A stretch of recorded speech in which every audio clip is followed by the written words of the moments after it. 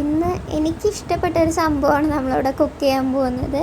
Recipe video ഒന്നും അല്ല, ഒരു കുക്ക് വിത്ത് മീ വ്ളോഗാണ്. അപ്പോൾ നമുക്ക് നേരെ വീഡിയോയിലേക്ക് പോവാം.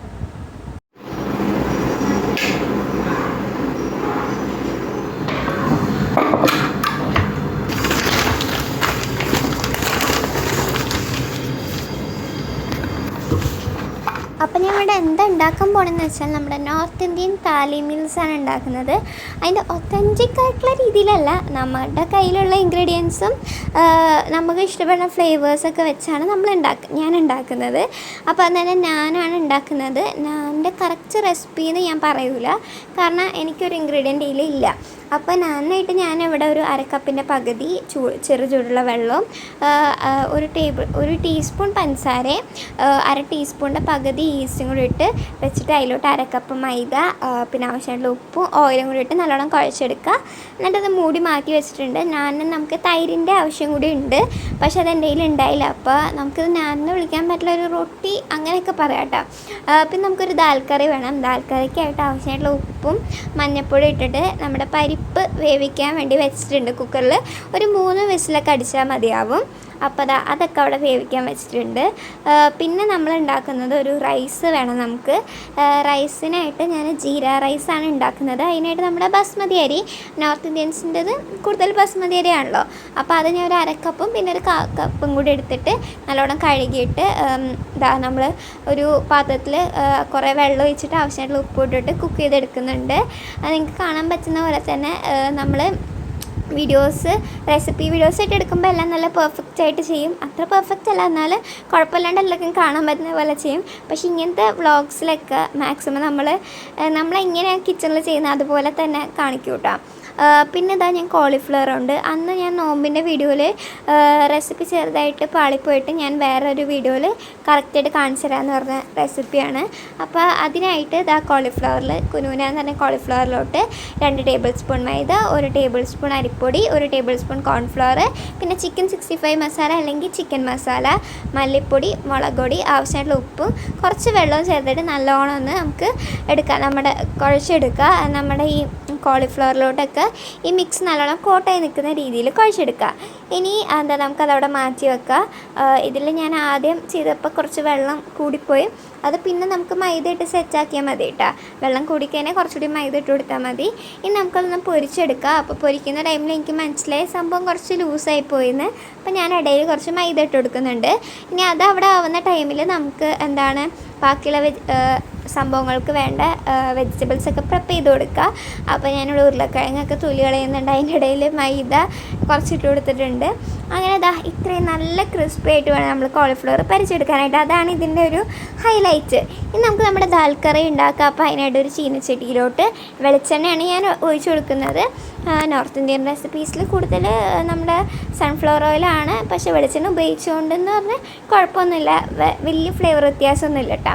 അതിലോട്ട് ചെറിയ ജീരകം ഇട്ട് പൊടിച്ചെടുക്കുക. ചെറിയ ജീരകം മെയിനാണ് ഇതിൽ, ഈ നോർത്ത് ഇന്ത്യൻ റെസിപ്പീസിലൊക്കെ മെയിൻ ഐറ്റമാണ്. പിന്നെ നമ്മുടെ വെളുത്തുള്ളി ജസ്റ്റ് ഒന്ന് ചതച്ചിട്ട് അതിലിട്ട് കൊടുത്തിട്ട് ഗോൾഡൻ കളർ ആക്കിയെടുക്കുക. പിന്നെ അതിലോട്ട് കുനുകുനാന്ന് അരിഞ്ഞ സവാളയും തക്കാളിയും പച്ചമുളകും ഇട്ട് കൊടുത്തിട്ട് നല്ലോണം വഴറ്റിയെടുക്കുക. ചെറുതായിട്ട് ലൈറ്റ് ഗോൾഡൻ കളർ ആവുന്ന വരെ ഒന്ന് ചെയ്ത് കൊടുക്കുക. പിന്നെ അതിലോട്ട് ആയി കഴിയുമ്പോൾ മഞ്ഞൾപ്പൊടിയും മുളക് പൊടിയും മല്ലിപ്പൊടിയും കൂടി ഇട്ട് നല്ലോണം മിക്സ് ചെയ്ത് കൊടുക്കുക.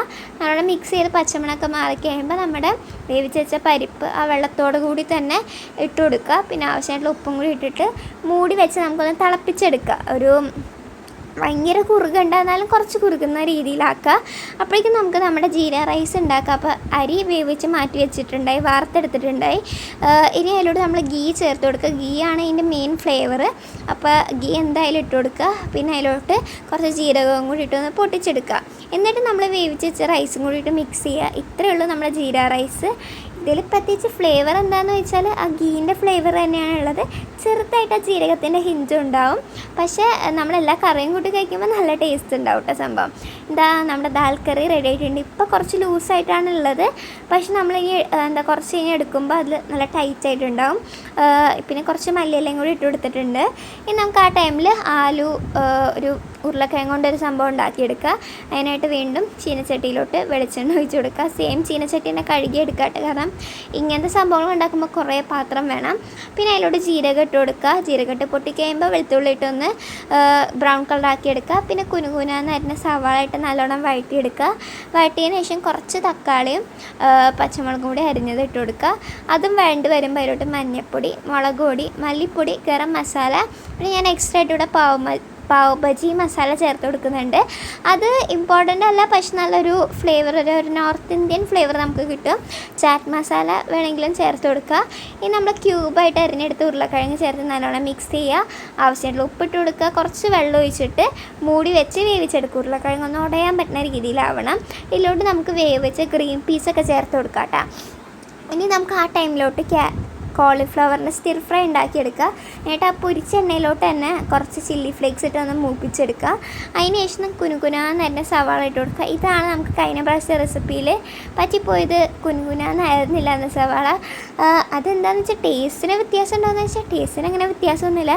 പക്ഷെ ചില റെസിപ്പികൾക്ക് നമുക്ക് അങ്ങനെ തന്നെ വേണ്ടേ, എന്നാലല്ലേ അതിൻ്റെ ഒരു എല്ലാം ശരിയാവുള്ളൂ നമുക്ക്. അപ്പോൾ അത് കുനുകുനാന്ന് ഇട്ടിട്ട് നല്ലോണം വഴറ്റിയെടുത്തിട്ടുണ്ട്. പിന്നെ അതിലോട്ട് മുളക് പൊടിയും മല്ലിപ്പൊടി ഇട്ട് വീണ്ടും മിക്സ് ചെയ്ത് കൊടുക്കുക. ഗരം മസാല ഇട്ട് കൊടുക്കണം. പിന്നെ അത് മിക്സായി കഴിയുമ്പോൾ നമുക്ക് ടൊമാറ്റോ സോസ് ഇട്ട് കൊടുക്കുക. ടൊമാറ്റോ സോസ് നമ്മുടെ എരിവും പുളിയൊക്കെ നോക്കിയിട്ട് ഇട്ട് കൊടുത്താൽ മതി. പിന്നെ ആവശ്യമായിട്ടുള്ള ഉപ്പും കുറച്ച് വെള്ളം കൂടി ചേർത്ത് ഒന്ന് കുറച്ച് കട്ടിയായി കഴിയുമ്പോൾ നമ്മുടെ കോളിഫ്ലവറും കൂടി ഇട്ട് നല്ലോണം മിക്സ് ചെയ്യുക. അത്യാവശ്യം ഒരു ഡ്രൈ ആയിട്ട് തന്നെ ഉണ്ടാവണം ഇത് നല്ല ടേസ്റ്റാണ് കേട്ടോ. നമുക്ക് ഇപ്പോൾ എന്താ പറയുക, ഒരു ഞാൻ പണ്ടൊരു ത്തിൻ്റെ റെസിപ്പി ചെയ്തിട്ടുണ്ട് ചിക്കൻ്റെ, അതിൻ്റെയൊക്കെ പോലെ തന്നെ ഉണ്ടാവും നമുക്ക്. ഞാനിങ്ങനെ ട്രൈ ചെയ്ത് നോക്കിയാണ്, സംഭവം നല്ല ടേസ്റ്റ് ഉണ്ട്. അപ്പോൾ ഇതുവരെ ഇങ്ങനെ ട്രൈ ചെയ്ത് നോക്കാത്തവർ ട്രൈ ചെയ്ത് നോക്കാം. ഇനി ഇതാണ് നമ്മുടെ നാനിൻ്റെ കഥ. ഈ ടൈം ആകുമ്പോഴേക്കും 4 മണിയൊക്കെ ആയിട്ടുണ്ടായി. കാരണം ഞാൻ വീഡിയോ എടുത്ത് വന്നപ്പോഴേക്കും അത്യാവശ്യം കുറച്ച് ടൈമായിട്ടാണ് കുക്കായിക്കൊണ്ടിരുന്നത്.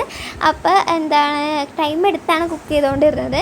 അപ്പോൾ പിന്നെ ഞാൻ വിചാരിച്ച പോലെ ഒന്നും നടക്കാത്ത സ്ഥിതിക്ക് ഞാൻ എന്തൊക്കെയൊക്കെയോ കാണിച്ച് പരത്തി ഒരുമാതിരി റൊട്ടി പോലെ ആക്കിയിട്ടുണ്ട്. പിന്നെ നമ്മുടെ ഉരുളക്കിഴങ്ങ് വെന്ത് വന്നിട്ടുണ്ടായി, വെള്ളമൊക്കെ വച്ചിട്ട്. അപ്പോൾ അതിലോട്ട് കുറച്ച് മല്ലിയിലയും കസൂരി മേത്തി ഉണ്ടെങ്കിൽ ഇട്ട് കൊടുക്കുക. കസൂരി മേത്തി ഇട്ടാലും നല്ല ഫ്ലേവർ ഉണ്ടാവും. എന്താ നമ്മുടെ സംഭവങ്ങളൊക്കെ റെഡി ആയിട്ടുണ്ട്. എല്ലാം ഞാൻ ചീനച്ചട്ടിയൊക്കെ എടുത്ത് വെച്ചിട്ടുണ്ട്. കാരണം ഈ ടൈം ആയപ്പോഴേക്കും ടയേർഡായി, ഞാൻ വേഗം എങ്ങനെയും ഫുഡ് കഴിച്ചാൽ മതി എന്നുള്ള അവസ്ഥയായി. അതാ നമ്മുടെ റൈസ് വെച്ചു, നാൻ വെച്ചു, ദാൽ കറി ഒഴിച്ചു, ഉരുളക്കിഴങ്ങിൻ്റെ സംഭവം വെച്ചു, കോളിഫ്ലവർ വെച്ചു, കുറച്ച് കുക്കുംബറും കട്ട് ചെയ്തെടുത്തിട്ടുണ്ടായി. അപ്പോൾ ഇതാണ് നമ്മുടെ ഒരു താലി മീൽ. ഞാൻ എപ്പോഴും എന്ന് പറയുമ്പോൾ ഇടയ്ക്കിടയ്ക്ക് ഇതുപോലെ ഉണ്ടാക്കാറുണ്ട്. അപ്പോൾ നിങ്ങൾ ഇതുവരെ ഇങ്ങനെ ട്രൈ ചെയ്ത് നോക്കിയിട്ടില്ലെങ്കിൽ എന്തായാലും ട്രൈ ചെയ്ത് നോക്കുക.